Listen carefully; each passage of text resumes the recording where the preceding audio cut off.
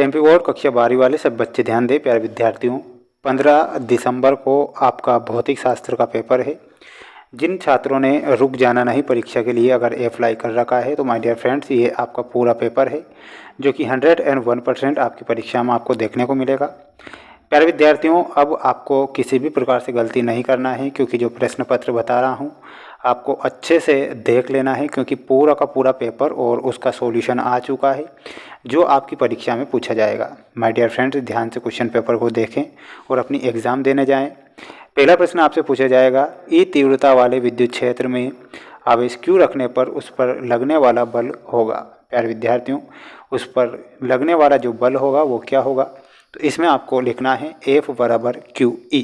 ठीक है, ओमीय प्रतिरोध है प्यारे विद्यार्थियों। ओमीय प्रतिरोध क्या होगा, तांबे का जो तार होता है वो एक ओमीय प्रतिरोध होता है, तो आपको तांबे का तार करेक्ट करना है। चैनल पर नए हैं तो प्यारे विद्यार्थियों चैनल को आपको जरूर सब्सक्राइब करके रखना है। रिज़ल्ट आपको हमारे ही चैनल पर आपको देखने को मिलेगा जो कि आपको लाइव हम आपका रिज़ल्ट भी बताएंगे। विद्युत धारा के चुंबकीय प्रभाव की खोज किसने की थी, तो विद्युत धारा के चुंबकीय प्रभाव की खोज करने वाले कौन थे, तो इसमें आपको ओस्टेड ध्यान रखना है।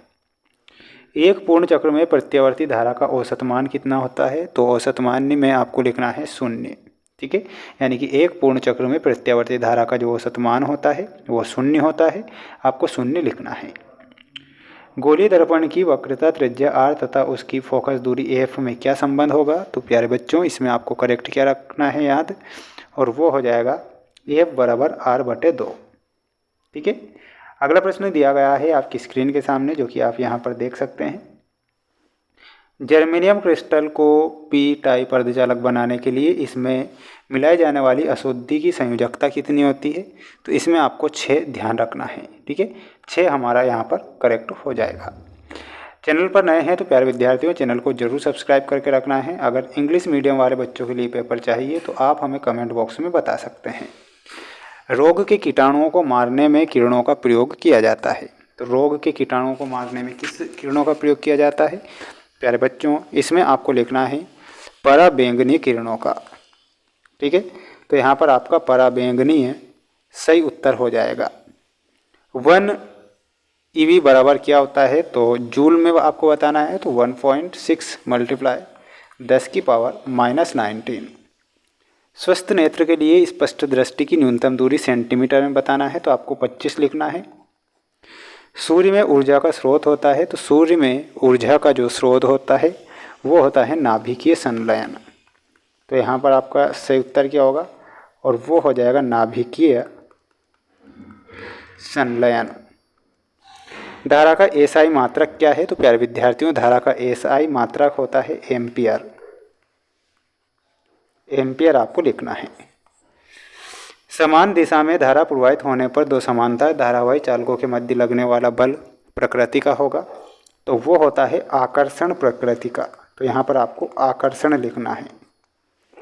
प्रेरकत्व का विमीय सूत्र क्या होता है, तो इसका विमीय सूत्र मैं आपको बता देता हूँ और वो आपको याद रखना है ml2 T-2 A-2।